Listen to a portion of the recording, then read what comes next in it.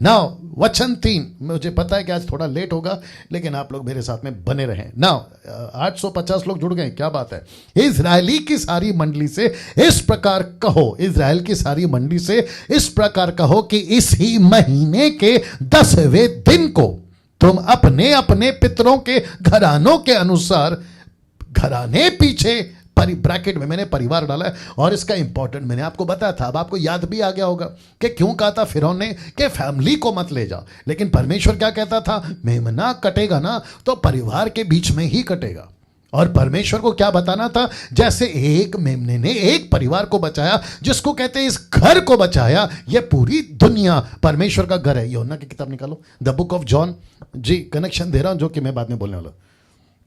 जी नरेंद्र साहब और जितने भी एडमिन्स हैं, जरा फोकस करें अपना किसके ऊपर, कमेंट्स के ऊपर। उल्टे सीधे लोग आते हैं तो जरा देख लीजिएगा, क्योंकि आज बातें बहुत होगी। The book of John chapter 1 verse 2। जी मैं फिर कहता हूं, एक परिवार के पीछे एक मेमना, ऐसा लिखा है। जी वचन 4 में आ जाते हैं। The book of John chapter 1 verse 4। उसमें जीवन था, वह जीवन मनुष्य की ज्योति थी, ज्योति अंधकार में चमकती है और अंधकार ने उसे ग्रहण नहीं किया। एक मनुष्य परमेश्वर की ओर से आ उपस्थित हुआ, जिसका नाम यूहन्ना था। वह गवाही देने आया कि ज्योति की गवाही दे, ताकि सब उसके द्वारा विश्वास लाएं। वह आप तो ज्योति ना था, परंतु ज्योति की गवाही देने के लिए आया था। जो सच्ची ज्योति हर एक मनुष्य को प्रकाशित करती है, जगत में आने वाली थी। वह जगत में था, जगत उसके द्वारा उत्पन्न हुआ और जगत ने उसे नहीं पहचाना। वह अपने घर में आया। वचन 11 कहता है, वह अपने घर आया, उसके अपनों ने उसे ग्रहण नहीं किया। तो इसका मतलब है कि एक परिवार के पीछे एक मेमना, एक घर के पीछे एक मेमना। इसका मतलब है परिवार का महत्व यहां क्यों दिया और क्यों कहा फिरौन से कि तुझे पूरे परिवार को रिलीज करना होगा, भेड़ बकरी सबको रिलीज करना होगा, यहां तक कि एक भी चीज वहां नहीं छूटेगी। तो इसका मतलब है कि परमेश्वर ने कहा था कि निसान के महीने में 10वें दिन को, ऑन 10th डे, 10वें दिन को, तारीख 10 निसान का महीना, अप्रैल का महीना, 10 तारीख को तुम अपने अपने पितरों के घराने के अनुसार, घराने पीछे ब्रैकेट में परिवार को डाल दिया। लिखा है एक एक मेमना ले रखो। कौन से दिन? 10वें दिन आपको लेना है। 10वें दिन, मैं 10वें दिन के ऊपर फिर कभी बात करूंगा, क्योंकि पेंतिकोस के बाद, पेंतिकोस के दिन जिसको यीशु ने 40 दिन रहा चेलों के साथ और उठा लिया गया, ठीक 10 दिन के बाद पवित्र आत्मा नीचे आया। फिर कभी बात करेंगे, कर भी चुका हूं इसके ऊपर, फिर कभी बात करेंगे। ना बहुत ध्यान से सुनिएगा, बात को समझने की कोशिश करेगा। ऐसा लिखा है 10वें दिन। नरेंद्र गेट रेडी, जो फोन के ऊपर मैं आपसे बात कर रहा था, आप सुनना शुरू करेंगे। जी ऐसा लिखा है 10वें दिन को तुम अपने अपने पितरों के घराने के अनुसार एक परिवार यानी कि एक फैमिली के पीछे एक एक मेमना ले रखो।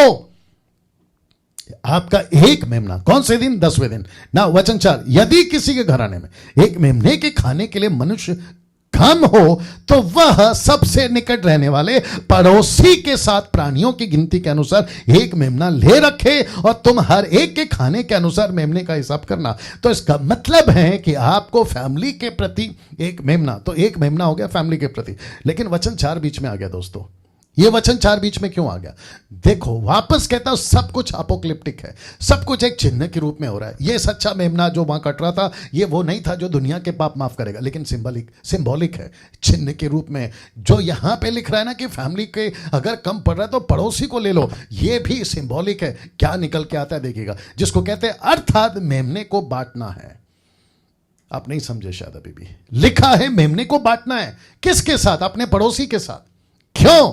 जैसा लिखा है मेमने को बांटो, क्योंकि आपके फैमिली मेंबर ज्यादा हैं या तो कम है, मेमना कम पड़ेगा खाने के लिए, और जिसके चलते तुम पड़ोसी को ले लो। अगर तुम्हारे घर में कम पड़ जाता है या ज्यादा पड़ जाता है, वेस्ट नहीं होना चाहिए, तो पड़ोसी को शामिल करो। फिर से दिखा देता हूं, पड़ोसी को शामिल करो। इसका मतलब क्या है? मेमने को बांट के खाओ। इसका मतलब है कि पड़ोसी को इकट्ठा करो। तो आत्मिक तौर पे आज, बहुत ध्यान से सुनना बाकी लोग, आत्मिक तौर पे आज यीशु को भी बांटना है अपने पड़ोसी के साथ, और ब्रैकेट में है सुसमाचार सुनाना। वाह, कैसा लग रहा है? क्या कभी सोचा था ऐसी वाली बातें निकलेंगी? कुछ लोग कहते हैं कि पास्टर डैनियल, जब से आपको सुन रहे हैं बाइबल ऐसा खिल गई है, वचन ऐसा खिल गया है।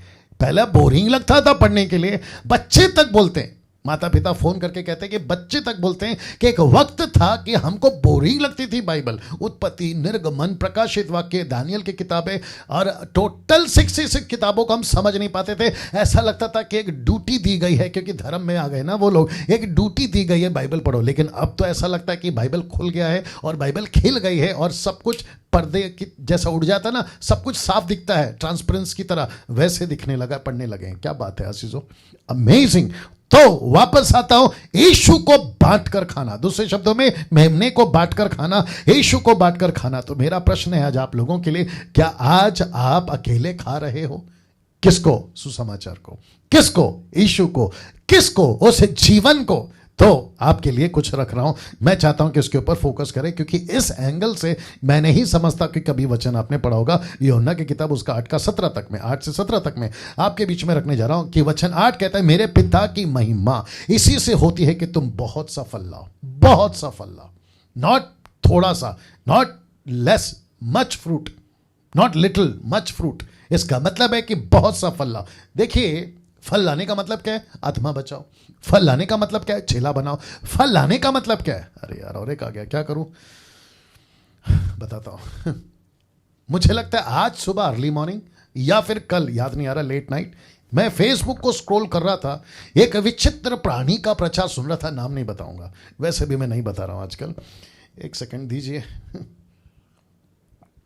जी। विचित्र प्राणी का, देखो उसको क्या हो गया, एक विचित्र प्राणी का मैं संदेश को सुन रहा था, और सुनते सुनते वो बंदा बोल रहा है कि परमेश्वर से प्रार्थना करो, परमेश्वर आपको ताकत देगा। परमेश्वर से प्रार्थना करो, वो आपको चलने की नहीं, उड़ने की ताकत देगा। महान आदमी था वो जो बोल रहा था, मैं सुन रहा था उसको। मैं बोला बाप रे, चलो ठीक है, आगे कुछ अच्छा बोलेगा। फिर कहता है, तुम्हारी मुसीबतों से तुमको बाहर निकालेगा, तुम्हारी चिंताओं से तुमको बाहर निकालेगा, तुम्हारे तकलीफों से तुमको बाहर निकालेगा। ले, हो गया बेड़ा गर्क। मैंने फिर खुद से पूछा, इस आदमी से अगर मैं मिलूं तो यही पूछूंगा कि परमेश्वर को तुमने इतना सस्ता बना दिया है कि परमेश्वर की ताकत तुम्हारे छोटे सरदर्द, कमर दर्द, बीच में एक विचित्र प्राणी कहता है कि प्रभु का आत्मा बता रहा है कि आपके शरीर में मूंगी आता है। झुंझुना बोलते ना, मूंगी, क्या बोलते हैं उसको, क्या है वो, बॉडी सुन्न हो जाता है ना, उसको क्या कहते हैं? झुनझुना, झुनझुन होता है। मैं भी बोलने लगा, अगर मैं वहां होता सट्ट करके मारता और उसको बोलता, तुमने इतना सस्ता बना दिया परमेश्वर को और परमेश्वर की ताकत को। अभी ऊपर बैठा परमेश्वर को दूसरा कोई काम नहीं है इनके हिसाब से, मेरे हिसाब से नहीं, और मसीह मंथन के हिसाब से नहीं, इनके हिसाब से ऊपर बैठा परमेश्वर को दूसरा कोई काम नहीं है। ऐसा लगता है कि परमेश्वर ने ना डिस्पेंसरी खोल के रखिए। इंजेक्शन लगाने आ जाओ, टीका लगाने आ जाओ, इंजेक्शन लगाने आ जाओ, एनेसन की गोली खा लो, तुमको जुकाम हो। हद हो गई यार। मतलब तुमने क्या बना दिया है परमेश्वर की ताकत को, परमेश्वर की सामर्थ को। कहते हैं प्रभु उकाब की नाई उड़ने की ताकत देगा। यशाया 31 का 40 कहता है उकाब की नाई उड़ने की ताकत देगा। गजब है साहब। प्रश्न ये डालना है उस आदमी के पास में जिसको मैंने विचित्र प्राणी का, उसको भी पूछना है कि ताकत दे रहा है क्यों? तेरे कर्जे से बाहर निकालने, तेरे सरदर्द से बाहर निकालने, या उसका काम करने? ये बताइए। इसलिए लिखा है कि तुम बहुत सा फल लाओ। क्या मतलब है? क्यों चुना है? मैं एक एक रखूंगा, इसका एंगल बदल जाएगा आपका पढ़ने का।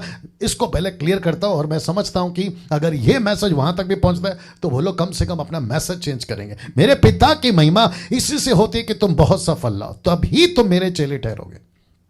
अगर फल नहीं ला रहे तो इसका मतलब क्या है? तुम मेरे चेले नहीं हो। यही तो बात आ गई ना। तो प्रभु कहता है बहुत सा फल लाओ, बहुत सा वचन सुनाओ, बहुत सारे लोगों को मेरे बेटे का मांस खिलाओ, बहुत सारे बेटों को, बहुत सारे लोगों को मेरे बेटे का। इसलिए लिखा कि अगर मेमना का खाना कम पड़ जाए तो पड़ोसी को बुला लो। इसका मतलब क्या है कि मेरे बेटे को बांटो, मेरे बेटे के वचन का प्रचार करो। और यही तो लिखा है कि तुम बहुत सा फल लाओगे तब तुम मेरे चेले ठहरोगे। और लिखा है वचन 9 में, जैसा पिता ने मुझसे प्रेम रखा वैसे ही मैंने तुमसे प्रेम रखा, मेरे प्रेम में बने रहो। तो प्रेम का मतलब क्या है? आज्ञा पालन करना। आज्ञा पालन कौन करता है? जो प्रेम में बना रहता है। अगर कोई कहता है 1 यूहन्ना 4 का 2, अगर वहां लिखा, निकालो जल्दी से, 1 यूहन्ना 4 4:2 कहता है, अगर कोई कहता है कि मैं उसे जान गया हूं और उसकी आज्ञाओं को नहीं मानता, वो झूठा है, वो झूठा है। 1 यूहन्ना 4:2 ऐसा लिखा है। पर 4:2 आई थिंक 2:4, माफ करें 2:4, अच्छा एक सेकंड आ गया, 2:4, 4:2, एक सेकंड दीजिए, हाँ 2:4, जो कोई ये कहता है मैं उसे जान गया हूं और उसकी आज्ञाओं को नहीं मानता, वो झूठा है और उसमें सत्य नहीं है। तो इसका मतलब है, अगर तुम कहते हो मैं प्रभु से प्रेम करता हूं, आज्ञाओं को मानो। आज्ञाओं का मानने का मतलब है फल लाओ, फल लाने का मतलब है मेरे बेटे को जो मेमना है ना जगत का, उसको दूसरों के साथ मतलब पड़ोसी के साथ बांटो। ऐसा क्यों लिख दिया मूसा के द्वारा परमेश्वर ने? क्या ये यूं ही था कि अगर मेमना कम पड़ जाए तो पड़ोसी से बांटो? क्या चक्कर है? अगर कम पड़ गया तो कल खा लेंगे, कम पड़ गया तो परसों खा लेंगे, अगर कम पड़ गया तो भूखे रह जाएंगे, लेकिन पड़ोसी से बांट के खाओ, ये क्यों बोला? सब अपोक्लिप्टिक है, सब दृष्टांत के रूप में है। मैं फिर कहता हूं कि मेमने को बांट के खाओ। किसके साथ? पड़ोसी के साथ में। क्या बांटना है? सुसमाचार। इसका मतलब क्या है? वचन को प्रचार करना, फल लाना। लिखा मेरे प्रेम में बने रहो। अभी वचन 10, यदि तुम मेरी आज्ञाओं को मानोगे तो मेरे प्रेम में बने रहोगे। वही तो मैं कह रहा था। फिर कहता है, जैसा कि मैंने अपने पिता की आज्ञाओं को माना और उसके प्रेम में बना रहता हूं। मुझसे परमेश्वर पिता प्रेम इसलिए करता है, और एक आ गया, क्या करूं? मुझसे परमेश्वर पिता इसलिए प्रेम करता है क्योंकि मैं उसकी आज्ञाओं को मानता हूं। मैं आज्ञाओं को मानता हूं, इसलिए वो मुझसे प्रेम करता है। कुछ लोग कहते हैं कि प्रभु आपसे प्रेम करता है। यह गलत है मेरे दोस्त, यह गलत है। परमेश्वर के पास में एक ही कंडीशन है बेस्ड ऑन दिस स्क्रिप्चर। परमेश्वर कहता है मुझसे प्यार करेगा, माफ करे, मैं तुझसे प्यार करूंगा, शर्त एक ही है, मेरी आज्ञाओं को मान। यही तो लिखा है, यदि तुम मेरी आज्ञाओं को मानोगे तो मेरे प्रेम में बने रहोगे। इसका मतलब क्या है? यीशु कहता है कि डैनियल, अगर तू चाहता है ना मैं तुझसे प्रेम करूं, बेशक मैं करूंगा, लेकिन एक कंडीशन है, एक कंडीशन है। कंडीशन क्या है? इधर बैठ जा। कंडीशन क्या है? कंडीशन यह है, मेरी आज्ञाओं को मान। दोस्तों कैसा लग रहा है? ऐसे वचन का खुलासा आपके बीच में इसलिए रख रहा हूं ताकि बहुत सालों से, बहुत समयों से लोगों ने मसीहत को खराब कर दिया है अपने गलत प्रचार से, उल्टे सीधे कचरे खिलाकर। मैं समझता हूं जैसे मुंबई के अंदर है ना जिसको कहते हैं बीएमसी, वैसे मसीहत के मध्य में आ गई है एमएमबी। वाह, अच्छा है। मुंबई के अंदर बीएमसी और मसीह की दह में एमएमबी, एक ही काम है। वो सफाई करती है शहर की, हम सफाई करेंगे मसीह की दह की। ये जितने कचरे हैं ना उनको निकालना है। वाह, वापस आता हूं। परमेश्वर से प्रेम चाहिए, आज्ञा का पालन करो। बेमतलब का गाना गाने से नहीं होगा। सागर से भी गहरा, मां से भी गहरा, क्या लगा के रखा भाई? इतना सस्ता बना दिया परमेश्वर को कि तुम्हारे रास्ते में तुम कुछ भी करो, सिगरेट पियो, दारू पियो, उल्टी सीधी हरकतें करो, फिर कहते हैं कि प्रभु आपसे प्यार करता है। यह कॉन्सेप्ट ही गलत है। शर्त है, मेरी आज्ञाओं को मानोगे, मेरे प्रेम में बने रहोगे, जैसा कि मैं अपने पिता की आज्ञाओं को मानता हूं और उसके प्रेम में बना रहता हूं। वचन 11, मैंने ये बातें तुमसे इसलिए कही कि मेरा आनंद तुम में बना रहे और तुम्हारा आनंद पूरा हो। क्यों? ताकि हम जो क्या कहते हैं, एग्रीमेंट साइन हुआ है। एग्रीमेंट क्या है? मैं तुमसे प्रेम करूंगा। कब? आज्ञाओं को मानो। जैसे तुम आज्ञाओं को मानोगे मेरा आनंद पूरा होगा और तुम्हारा भी आनंद पूरा होगा। परमेश्वर का आनंद क्या है? इस पे भी बात कर सकता हूं। लिखा है, ये बातें मैंने इसलिए कही कि मेरा आनंद तुम में बना रहे। इसका मतलब तुम्हारा आनंद पूरा हो। परमेश्वर का आनंद क्या है दोस्तों? परमेश्वर का आनंद यह है, लूका की किताब उसका 15:10, जहां लिखा कि एक पापी जब पृथ्वी पर मन फिराता है तो स्वर्ग में आनंद मनाया जाता है। निकालो लूका 15:10। लूका 15:10 लिखा है कि पृथ्वी पर आनंद, माफ करें, स्वर्ग में आनंद मनाया जाता है। ये जब तक निकाल रही है, आप लोग मेरे साथ में बने रहे।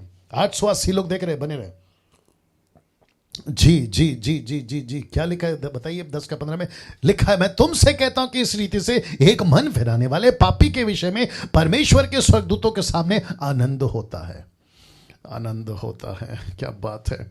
तो यीशु की आनंद प्रतिदिन किसमें? एक पापी का उद्धार होना। इसका मतलब क्या है? मेरे मटन को बांट के खाओ, मेरे मटन को, मेरे मेमने को बांट के खाओ, पड़ोसी को भी खिलाओ। क्या गजब है परमेश्वर, पड़ोसी को भी खिलाओ। 9 बजने आ रहे, मैं मुझे नहीं पता मैं क्या करूं, लेकिन मैं चलता रहूंगा, ठीक है ना? मेरे साथ में बने रहें, मेरे साथ में बने रहें। जी जी जी जी जी जी, मेरे साथ में बने रहें। पड़ोसी को भी खिलाओ, बांट के खाओ ना। मैं इसको अभी ले जा रहा हूं और आगे लिखा है, मेरा आनंद पूरा हो जाए।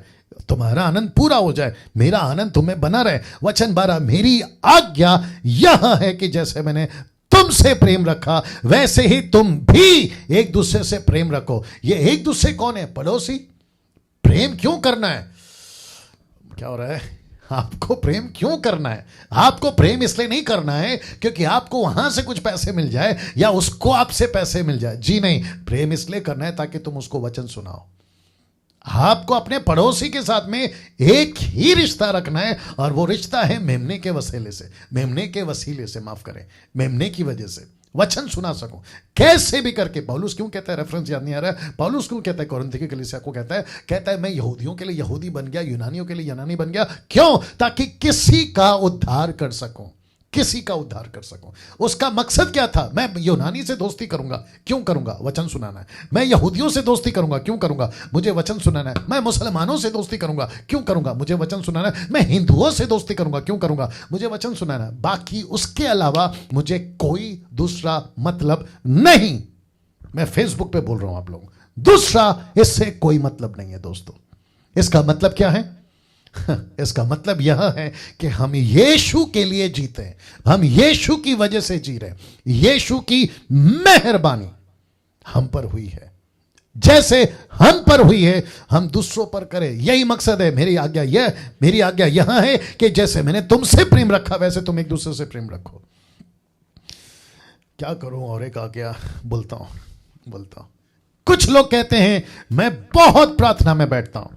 मैंने सुना है कुछ लोगों को, कुछ प्रॉफिट टाइप के, कुछ अपोस्टल टाइप के, कुछ बिशप टाइप के, कुछ सो कॉल्ड बाइबल टीचर के टाइप के, कहते हैं मैं बहुत प्रार्थना में बैठता हूं, मैं 3-3 घंटा प्रार्थना में बैठता हूं, मैं रात को उठ जाता हूं, मैं प्रार्थना में बैठता हूं। मैं ऐसे लोगों को भी पूछना चाहूंगा कि सर आप प्रार्थना में बैठते हैं, आपको सलूट है। 3-3 घंटा बैठते हैं, आपको सलूट है। क्या प्यार है सर आपको प्रभु से। फिर पता चलता है कि वो प्रार्थना में इसलिए बैठते हैं और कहते हैं मैं प्रभु से बहुत प्यार करता हूं, लिपट कर रहता हूं, मैं प्रभु को बहुत प्यार करता हूं। तो मेरा प्रश्न है ऐसे लोगों से जो बहुत प्रार्थना में बैठते हैं और ऐसे लोगों से जो कहते हैं मैं प्रभु से बहुत प्यार करता हूं, सर उसके पीछे मकसद क्या है?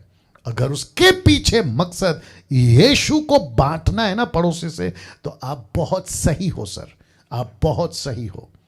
2 घंटा नहीं 4 घंटा बैठो, 4 घंटा नहीं 8 घंटा बैठो। मैं आपको सल्यूट करता हूं, मैं आपको अप्रिशिएट करता हूं। अगर ऐसा कर रहे हो तो तुम सही हो, अगर ऐसा कर रहे हो तो तुम सही हो। लेकिन अगर तुम ये कहकर 8-8 घंटा 2-2 घंटा 4-4 घंटा प्रार्थना में बैठ रहे हो क्योंकि तुमको पावरफुल होना है, तुमको अभिषेक से भरना है, तुमको पवित्र आत्मा के दानों से भरना है, तो मूर्खों सुनो, अभिषेक दे दिया गया है, दान दे दिया गया है, पवित्र आत्मा मिल गया, तो जो तुमको मुफ्त में मिला है उसको तपस्या में क्यों ले रहे हो?